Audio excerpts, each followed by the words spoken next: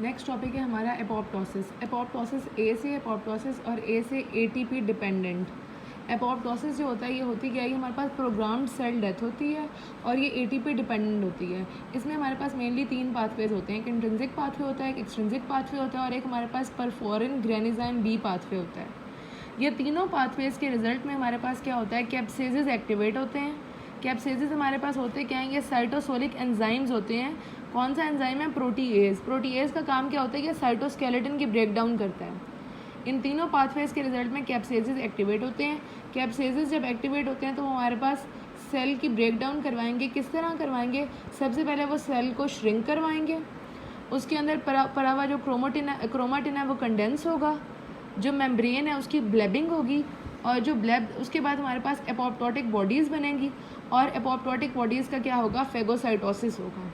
ये सारा हमारे पास एपोप्टोसिस में होता है। और ये वाले जब हम इनको देखते हैं तो इन सेल्स का जो साइटोप्लाज्म होता है वो इओसिनोफिलिक होता है और जो इनका न्यूक्लियस होता है वो बेजोफिलिक होता है। और इसके अंदर हमारे पास पिक्नोसिस होता है और कैरियोरेक्सिस होता है। पिक्नोसिस का मतलब होता है न्यूक्लियर कंडेंसेशन और कैरियोरेक्सिस का मतलब होता है न्यूक्लियर फ्रेगमेंटेशन। उसके बाद हमारे पास जो सेल मेम्ब्रेन होती है वो इसके अंदर इंटैक्ट रहती है विदाउट सिग्निफिकेंट इन्फ्लेमेशन। नेक्रोसिस के अंदर इन्फ्लेमेशन होती है लेकिन इसके अंदर एपोप्टोसिस में इन्फ्लेमेशन नहीं होती और इसमें सेल मेम्ब्रेन्स भी इंटैक्ट रहेगी, सिर्फ मेम्ब्रेन्स की ब्लेबिंग होगी। उसके बाद इसमें एक और जो इंपॉर्टेंट चीज़ होती है वो होती है डीएनए की लेडरिंग। लेडरिंग का क्या मतलब होता है, the appearance of DNA fragment in regular multiples of 180। इसके अंदर हमारे पास डीएनए के छोटे छोटे टुकड़े बनते हैं और fragments in multiples of 180 base pair.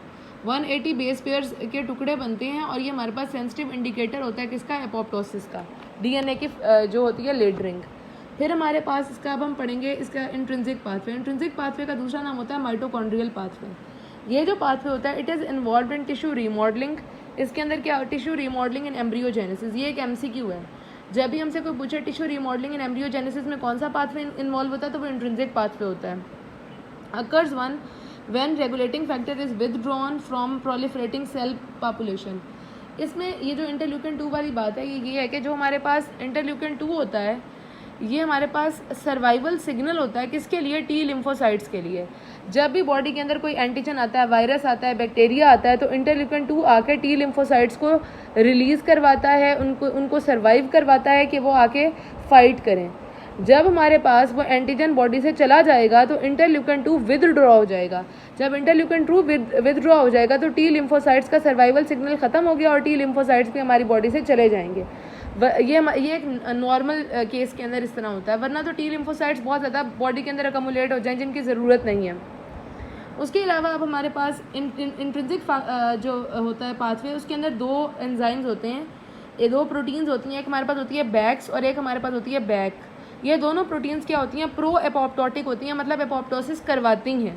और 2 और प्रोटीन्स होती हैं BCL2 और BCLXL। ये दोनों एंटी एपोप्टोटिक होती हैं। अब ये जो बैक्स और बैक हैं, ये जो प्रो एपोप्टोटिक है ये करती क्या है, ये हमारे माइटोकॉन्ड्रिया के अंदर सुराख बनाती हैं माइटोकॉन्ड्रियल मेम्ब्रेन के अंदर। तो माइटोकॉन्ड्रियल मेम्ब्रेन में जब ये होल्स बनाएंगी तो वहाँ से हमारे पास क्या होता है, साइटोक्रोम C रिलीज़ होता है। साइटोक्रोम C रिलीज़ होकर हमारे जो कैप्सेजेस हैं, कैप्सेजेस क्या थे, कैप्सेजेस हमारे पास साइटोसोलिक प्रोटीएजेस थे, एंजाइम्स थे जिन्होंने जाकर साइटोस्केलेटन को तोड़ना था, एपोप्टोसिस करवाना था। तो हमारे पास ये क्या होते हैं, कैप्सेज एक्टिवेट होगा। उसके बाद हमारे पास जो BCL2 होता है ये हमने अभी पढ़ा है कि एंटी एपोप्टोटिक है, मतलब ये सेल डेथ को अपोज करेगी। BCL2 की ओवर एक्सप्रेशन होती है किस केस में, फॉलिकुलर लिम्फोमा, कैंसर है एक। जब हमारे पास एंटी एपोप्टोटिक मतलब सेल डेथ को रोकने वाली चीज़ आएगी तो ये हमारे पास सेल बहुत ज़्यादा जमा होते जाएंगे जिसकी वजह से फॉलिकुलर लिम्फोमा हो सकता है। इसके अंदर कैप्सियस की एक्टिवेशन नहीं होगी और ये ट्यूमरोजेनेसिस, ट्यूमर बन जाएगी। फिर हमारे पास है एक्सट्रिंसिक पाथवे, इसका नाम होता है death receptor pathway. Extrinsic pathway जो होता है ये लाइगेंड रिसेप्टर इंटरेक्शन होता है इसके अंदर। सबसे पहले हमारे पास एक लाइगेंड है FASL। ये जो लाइगेंड है ये आके बाइंड करता है किस रिसेप्टर के साथ, फैस रिसेप्टर के साथ, CD95 के साथ। या एक और लाइगेंड है हमारे पास ट्यूमर नेक्रोटिक फैक्टर अल्फा, ये भी आगे रिसेप्टर के साथ बाइंड करेगा। जब ये लाइगेंड्स आके रिसेप्टर के साथ बाइंड करते हैं तो ये जो हमारे पास इंटरेक्शन है is necessary in thymic medullary negative selection. आपके थाइमिक मेडुलरी नेगेटिव सिलेक्शन क्या है, हमारे पास क्या होता है कि जो टी सेल्स होते हैं अगर वो स्ट्रांगली बाइंड कर जाएं अपने ही एंटीजन के साथ तो वो हमारी बॉडी के अंदर ऑटो इम्यून रिस्पॉन्स करवा देते हैं। तो ये जो थाइमिक मेडुलरी नेगेटिव सिलेक्शन है ये क्या करती है, ये ऑटो इम्यूनिटी को प्रिवेंट करती है, मतलब ये उनके इंटरेक्शन को रोकेगी और एपोप्टोसिस करवाएगी। तो ये एक अच्छी चीज़ है। फिर हमारे पास आता है ऑटो इम्यून लिम्फोप्रोलिफरेटिव सिंड्रोम। इसके अंदर क्या होता है, इसके अंदर हमारे पास क्या है, ऑटो इम्यून डिजीज़ है।